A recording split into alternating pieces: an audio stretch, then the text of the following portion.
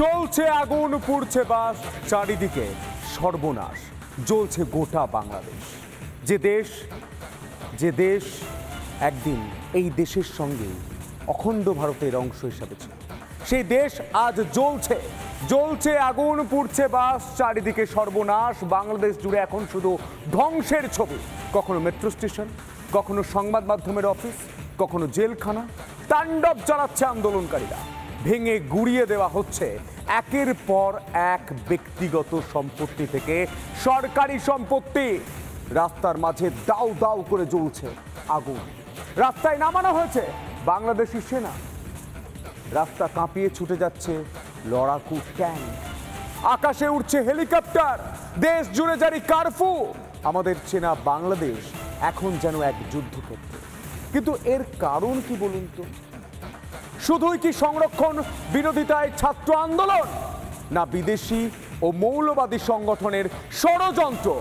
আজ বাংলার prime time তারই উত্তর খুঁজবো। আমি সন্তু রয়েছি, আর আমার সঙ্গে রয়েছে বিশাখা।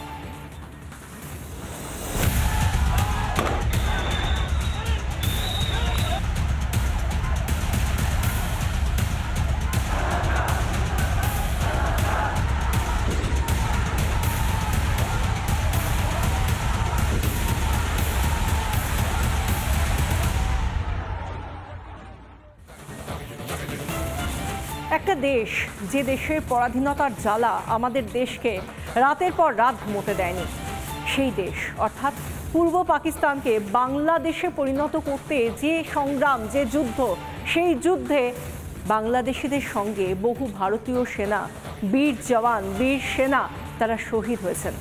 যে দেশকে সোনার বাংলাদেশ হিসেবে আজও গড়ে তুলতে চায় ভারত সরকার, সেই দেশটা আজ জ্বলছে। মৃত্যু, হাহাকার, কান্না, আর্তনাদ সেসব তো রয়েছে। সব থেকে অবাক করা বিষয়টা কি জানেন? তাদের নিজের দেশের আন্দোলন, নিজেদের ইস্যুতে, কিন্তু সেই সঙ্গে কোথা থেকে কিভাবে যেন জুড়ে গেল ভারত বিরোধিতা। কিন্তু অবাক লাগছে এটা ভেবে যে কি কারণে বাংলাদেশের অভ্যন্তরীণ সংরক্ষণ বিরোধী আন্দোলনে হঠাৎ ভারত বিদ্বেষ এসে গেল কেন? তাহলে কি আন্দোলনের দিশা ঘুরে যাচ্ছে? তাহলে কি ছাত্র আন্দোলনকে সামনে রেখে, ছাত্রদের ভিড়কে সামনে রেখে আদতে ছাত্রদের ভিড়ে মিশে যাচ্ছে মৌলবাদী সংগঠনগুলো? তাদের কারা মদত দিচ্ছে? কেন মদত দিচ্ছে? যারা ভারতের উত্থান চায় না, তারাই কি বাংলাদেশের মাটিকে ব্যবহার করে ভারতের সঙ্গে সুসম্পর্কে থাকা হাসিনা সরকারকে, মনে রাখবেন নির্বাচিত এই সরকার, বাংলাদেশের নির্বাচিত এই সরকার শেখ হাসিনার সরকার, সেই হাসিনা সরকারকে দেশ থেকে উৎখাত করতে চাইছে? বাংলাদেশের একেবারে নির্বাচিত এই সরকারকে ফেলে দিয়ে বিদেশি শক্তি দ্বারা প্রভাবিত কোনো শক্তিকে কি সে দেশে আনতে চাইছে? যদি আনতে চায়, এই বিদেশি শক্তিরা কারা? যারা মৌলবাদী সংগঠনগুলোকেও বাইরে থেকে অর্থনৈতিক সাহায্য হোক বা অন্যান্য সাহায্য হোক তারা করে যাচ্ছে, এরা কারা?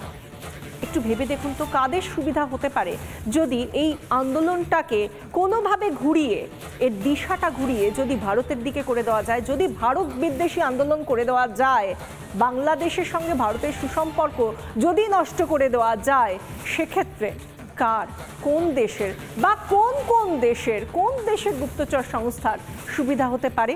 সেই আলোচনাই করব। একটার পর একটা তার হিন্ট, তার সমস্ত ব্যাখ্যা দেব, এবং তার আগে অবশ্যই ছবিও দেখাবো।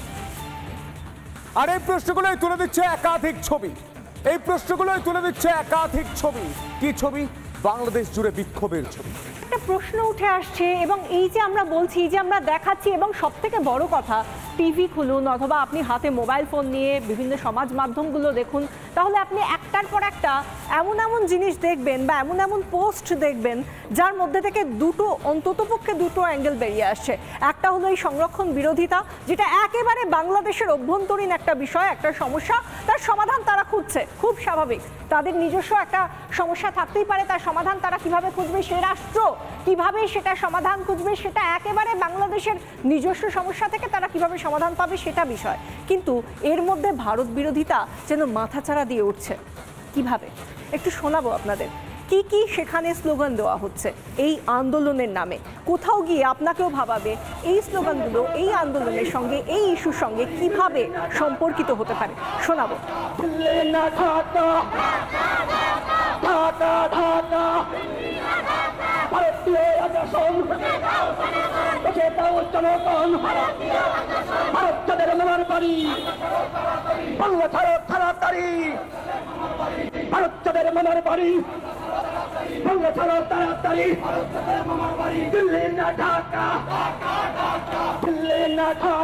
একেবারে মিছিল, অনেক মিছিলে প্রচুর মানুষ হাঁটছে, বলা হচ্ছে ছাত্রদের নাকি আন্দোলন।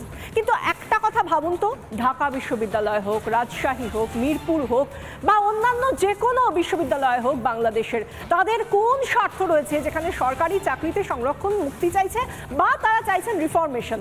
কিন্তু সেই জায়গা থেকে তাদের কোন ইস্যু থাকতে পারে যে ভারত ছাড়ো, নির্দিষ্ট কাউকে বলা হচ্ছে ভারতে চলে যাও বা ভারত থেকে এখানে এসো না, এই ধরনের, বা কোথাও গিয়ে আমাদের প্রধানমন্ত্রীর নাম করে পর্যন্ত বিদ্বেষমূলক মন্তব্য করা হচ্ছে। আদতে এই সংরক্ষণ ইস্যুর সঙ্গে কোনোভাবে ভারতের সঙ্গে বিদ্বেষ কোনোভাবে কি উঠে আসে? কোনোভাবে আসে না। শুধু এই যে আপনাদের স্লোগান শোনালাম এটাই কিন্তু বিষয় নয়, এরপরেও আরেকটা জিনিস আপনাদের এই মিছিল থেকেই, এই রকম মিছিল থেকেই যেখানে মুখ আছে কিন্তু মুখগুলো কাদের, স্টুডেন্টদের নাম করে, এরা কারা? এরা কি আদতে এই মিছিলে কোনো স্টুডেন্ট নাকি মৌলবাদী যারা ভারত নিয়ে বিভিন্ন মন্তব্য করছে, বিদ্বেষমূলক মন্তব্য করছে? শুনুন আরো একটা স্লোগান, শুনুন।